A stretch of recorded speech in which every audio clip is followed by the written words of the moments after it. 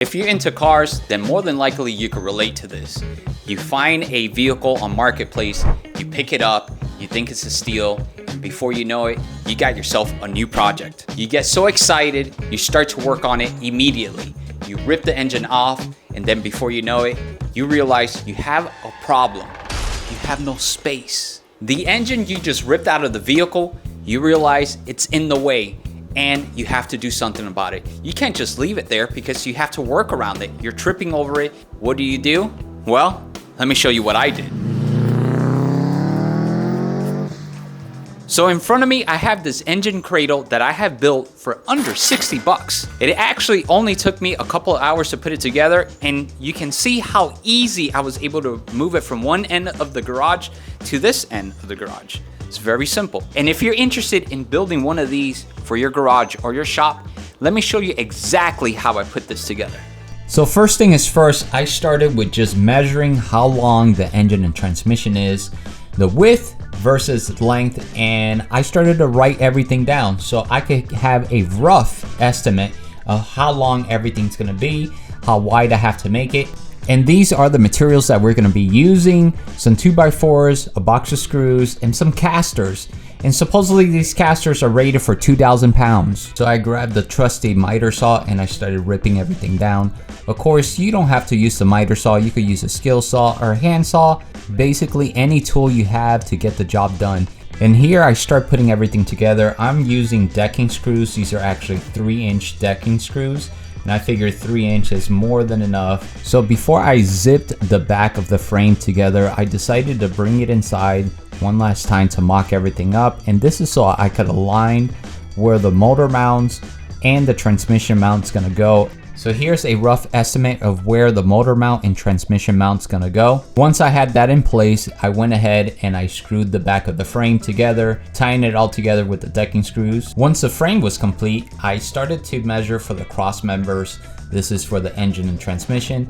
And here you can tell that I'm using a different type of wood. This is scrap wood that I had laying around. So when I mentioned that this cost me 60 bucks, it cost me 60 bucks because I only had to purchase two 2x4s, some casters, and a box of screws. I had some scrap wood laying around, so some of you might be able to put this together for a little bit less than 60 bucks or a little bit more. It all depends on what you have laying around. So here you can see I continue to work in the front brace. This is for the engine mounts, and I'm building it up, and it's all gonna make sense in a little bit here. I have to build it up a little bit higher because I don't want the oil pan to rub against the cross member, and also I want to bring it up high enough so the motor mount could be mounted here. Everyone's engine cradle is gonna look a little bit different.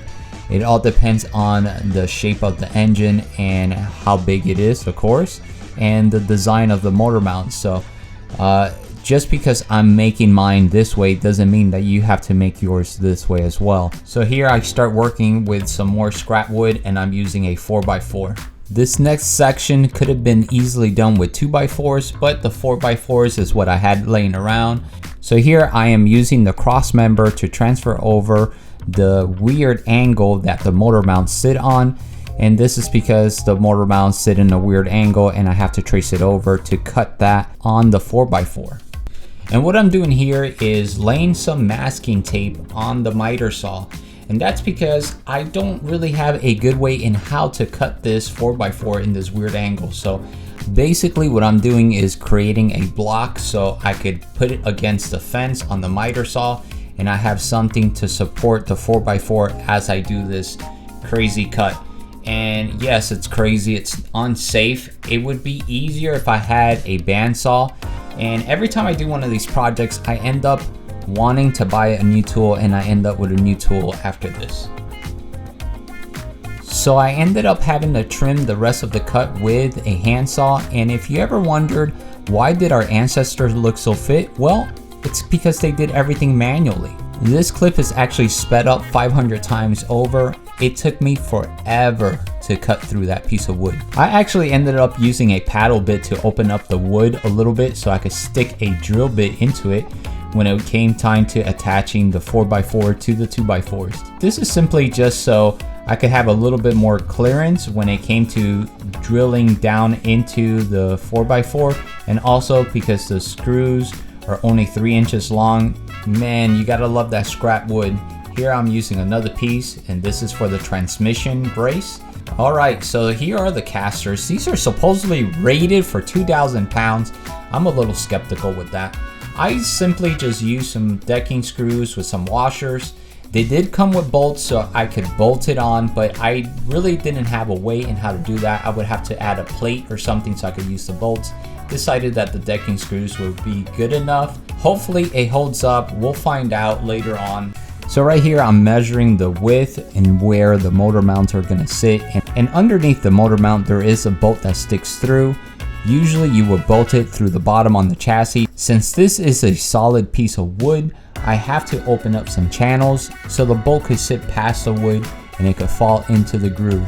This is what I'm doing here. I used a paddle bit, and then I went back with a chisel and I opened it up. Okay, so I was in the home stretch here, and I had only one more mock-up right before I would paint it. And then I discovered that I wasn't able to actually use the cradle and install it without taking the back apart. And this is because, well, I didn't think everything through. Later on, I did discover an easier way in how to install it, but right now you can see me struggling trying to remove it off of the hoist and figuring out what am I gonna do, and it took a lot longer than I thought. So I was kind of disappointed at this point, right before I discovered what to do. This is something that I definitely wanted to share with you guys, just in case you decide to tackle a project like this. You're gonna have to figure out in how to remove it off of the hoist and put it onto the cradle. Some things are obvious and some things are not that obvious. Well, this to me wasn't as obvious. I thought it was gonna be a piece of cake and it was gonna clear it. It turns out it was later on, but you're gonna have to wait and see what I figured. So basically I'm reassembling the back and the transmission brace. I'm installing it. So I decided to use a jack stand for the front.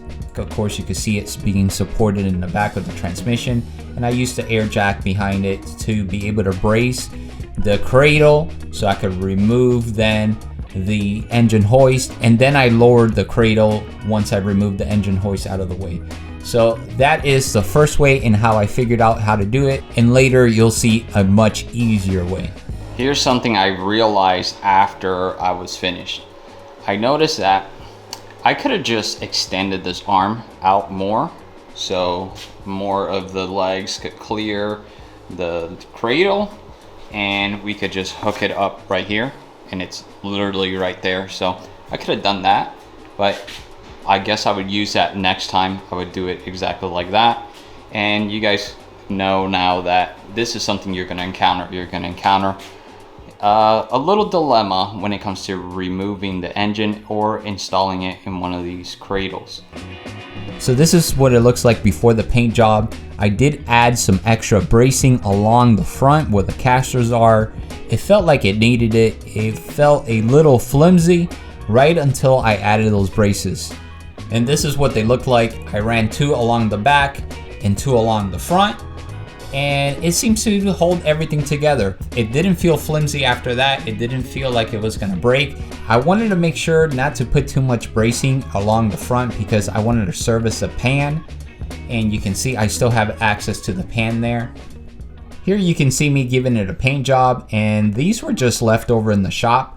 So I technically didn't have to buy it for this project. These were just left over, and I took advantage of that. So I had a couple of cans, and it covered very well, very easy. Everything just got 1 coat.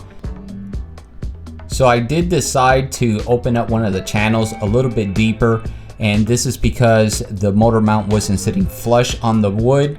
It was sitting a little bit too high, so I wanted to make sure it recessed into the cavity. So then it was time to swap the engine over again, and I was gonna try the new trick and see if it was gonna work. And so far so good. It looks like it is gonna be able to clear it, and I'm just hoisting the engine up. I also decided to support the back of the transmission with a strap as well. and you can see it's helping somewhat. I do have to lower it and push it forward and kind of maneuver it into place. And of course, it would be easier if you had a second person, but I didn't have anyone that they'd help me, and I kind of just struggled in maneuvering it into the engine cradle, but eventually I got it to work just fine. I did have to use some blocks of wood to hoist it up on the sides, but it was a lot easier than using a jack stand. So now that you have a good idea in how I put this together, let me tell you a little bit about this engine and what I plan on doing. We plan on putting this engine in a G35, and this is actually from the 370Z, and we picked it up for a steal. We picked up a whole car for $2,200, and of course, I'm in the process of swapping it over. Now, I am gonna be rebuilding some of this stuff. I'm gonna be resealing some of this engine, and I'm gonna be doing the valve cover gaskets. I'm gonna go through the clutch, and this engine cradle is gonna be very critical to be able to take some of the things apart and move it around the shop and still have room to bring in a vehicle in here and store it overnight. So you can see I could actually work on the oil pan down here, and I could drain the oil, and if I needed to, I could swap out that oil pan for a higher capacity oil pan, because the Z's are known to overheat, and a larger pan with more oil capacity will decrease the chances of you overheating that oil, of course, combined with an oil cooler. But I am able to access the whole engine here, and this makes it very convenient for me, and it'll probably make it convenient for you, where you could wheel this out, bring it in front of your toolbox, and look, I brought it here in front of my toolbox, and I could grab whatever tool I need, take whatever I need apart, and then wheel it back to its storage place. Now, of course, some of you might be saying just put it in the engine stand, and I personally have an engine stand, and I could put it in an engine stand, but the engine stand will not accommodate your transmission, and the transmission is still married to this engine, and it's going to be like this for a while. We don't plan on ripping the transmission off anytime soon. We're just planning on keeping it here and doing the maintenance. So I'm going to keep it all together right until the moment that I have to put it in the vehicle, decide if we want to change out the clutch. It does have an aftermarket clutch. It's running a Z1 clutch, but we still might want to take a peek and make sure that the rear main seal was replaced, and everything else that we have to do before we stick it in the vehicle. I want to remind everyone that I also have builds in the channel. I'm currently building a 370Z. We're making it track worthy. We're working on the Mazda Miata. We're making that track worthy as well. And pretty soon we're going to be starting on the G35. We're going to be swapping out its engine and putting this bad boy in it. So you might want to subscribe. You might want to stick around, because guess what? We're going to run into complications. Whenever we're doing builds and we're putting things together, you are going to run into problems, and I'll find a solution and post it in the channel. So follow me, subscribe, and we'll see you in the next one.